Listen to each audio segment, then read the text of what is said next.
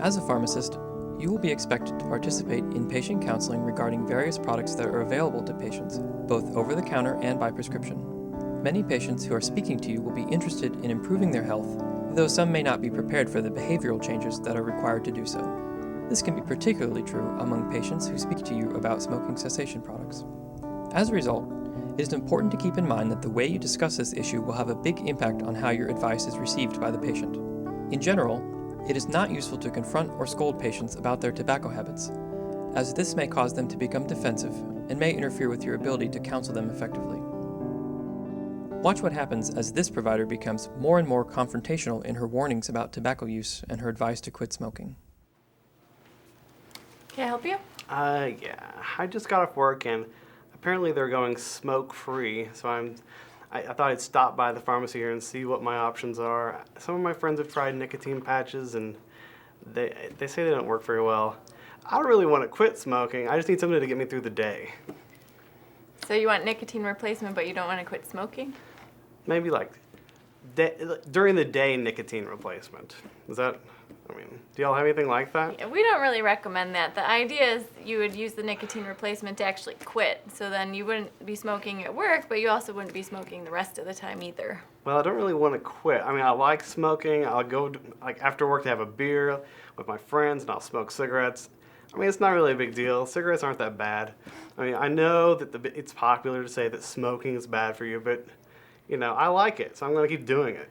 Okay, well, smoking really is really bad for you. It causes things like lung cancer, emphysema, heart disease, yeah, okay. oral diseases. Well, what are my options, assuming that I'm right, what are my options? Well, to be honest with you, you mentioned the patch. I can't recommend a patch to you if you're going to continue smoking. That can actually be pretty dangerous for you. In order to advise you about this at all, I need you to tell me a little bit more about your smoking history and how much you're smoking now. I smoke barely a pack a day. I've probably smoked about 5 or 6 years now. It's not really a lot of cigarettes, but it's sort of hard to get through the day at work. Okay, well, we actually consider 20 cigarettes a day to be a significant amount, and in fact, I would then recommend to you that you would start on the highest dose of nicotine replacement. Sounds good to me. The more nicotine, the better. Is there like gum or something? Could I chew it while I'm in the office? That sounds pretty great.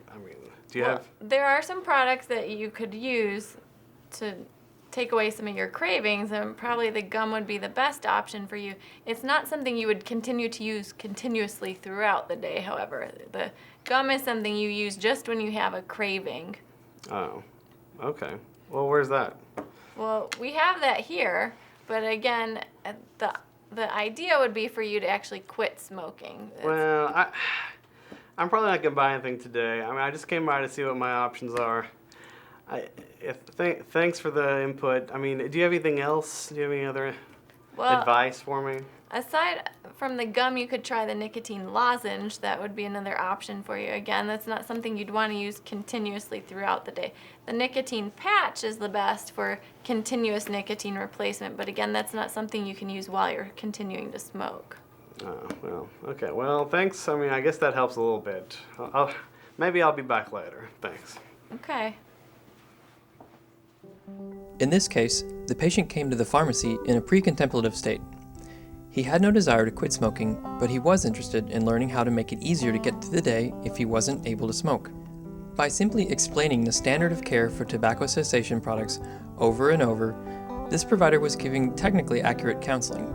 However, by persisting with her message, rather than listening to what the patient was actually saying, the provider missed a good opportunity to speak with him about what changes he might want to make with regard to his smoking. Instead of discussing why quitting would be beneficial and how he might be successful in a quit attempt, the patient became increasingly resistant to the idea of change and finally left without making any progress towards quitting.